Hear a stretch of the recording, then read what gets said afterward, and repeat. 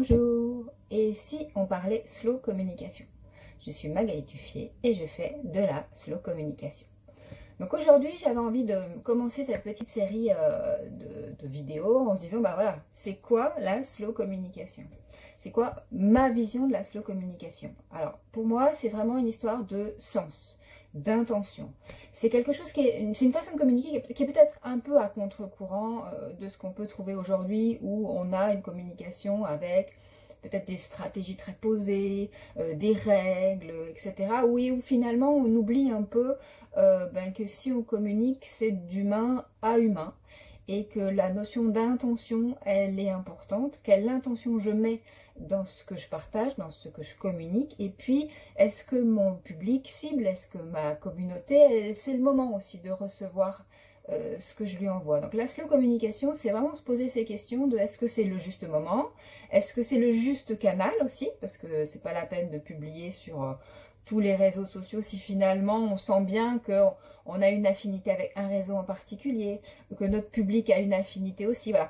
La slow communication, ça va vraiment être aller ajuster tous ces petits curseurs avec à chaque fois l'envie d'être juste, d'être authentique, pour que cette alchimie de la communication, elle fonctionne.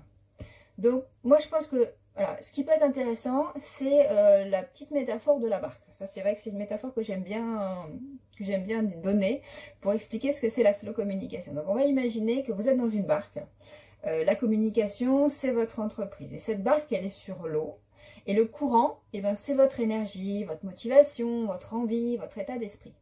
Et en fonction de ce que vous avez à dire, du moment, ça peut être une rivière, un torrent, un lac. Et là où c'est la slow communication, c'est quand vous n'avez pas besoin de sortir les rames pour aller là où vous voulez aller. C'est-à-dire que vous êtes dans votre barque, et puis votre énergie, votre intention, votre envie, elle est là, elle fait avancer votre barque, ou pas, si c'est pas le moment. Mais l'important, c'est que ça soit juste et que vous n'ayez pas besoin de sortir les rames. Et la différence, en fait, avec la communication classique, c'est que, par exemple, dans une communication, on va dire, plus classique, vous avez un certain nombre de choses à faire. Typiquement, imaginons que vous devez faire un live Instagram une fois par semaine, parce que ça fait partie de votre to-do list, mais vous ne le sentez pas, c'est quelque chose que vous n'avez pas envie de faire, vous ne savez pas quoi dire. Et bien finalement, c'est comme si vous étiez dans votre barque, et que vous étiez à contre-courant, à devoir remonter une cascade. Donc là, clairement, vous sortez les rames. Alors, c'est pas impossible, et c'est plus facile, je pense, quand vous avez toute une équipe avec vous, ce qui prouve aussi que, finalement, la slow communication, ça s'adapte bien quand on est tout seul. Il y a cette partie-là qui est, je pense, qui est intéressante. Alors, je dis pas quand on est une entreprise, une équipe, la slow communication fonctionne pas. Je dis juste que c'est plus facile, entre guillemets, de faire de la communication classique quand on a une équipe dédiée pour ramer, que quand on est tout seul.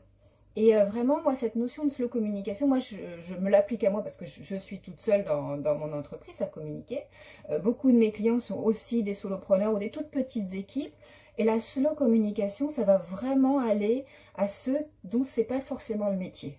À ceux où communiquer est important pour se développer, mais où ils n'ont pas des années d'expérience dans la communication, où écrire n'est pas facile, ou créer des visuels n'est pas facile, et où pour que ça devienne fluide et naturel, ils ont besoin que ça ait du sens, que ce qu'ils disent, ça apporte quelque chose. Voilà. Il y a toute cette notion dans la slow communication qui va faire que c'est plus facile et plus naturel parce qu'on sait pourquoi on le fait. Donc voilà, j'espère que ces petits points de qu'est-ce que c'est que la slow communication vous ont aidé un peu à voir comment ça fonctionne, en tout cas comment moi je l'imagine. Je vous invite aussi à aller voir si vous n'êtes pas déjà abonné sur ma newsletter. J'ai un petit guide justement qui reprend ma super métaphore de la barque et aussi un petit quiz avec la différence entre slow communication et communication classique. Ça va vous permettre de mieux comprendre qu'est-ce qu'il y a de différent. Et peut-être que finalement vous êtes déjà un peu dans de la slow communication sans le savoir. Et je pense que c'est bien de se dire je suis dans la slow communication, je fais de la slow communication et c'est bien. Donc j'aurai l'occasion de vous refaire d'autres petites vidéos pour aller un peu plus loin sur l'idée, comprendre un peu plus comment ça fonctionne et puis peut-être aussi commencer à vous montrer sur quel point on peut faire de la slow communication et comment on peut en faire. Je vous souhaite une excellente journée.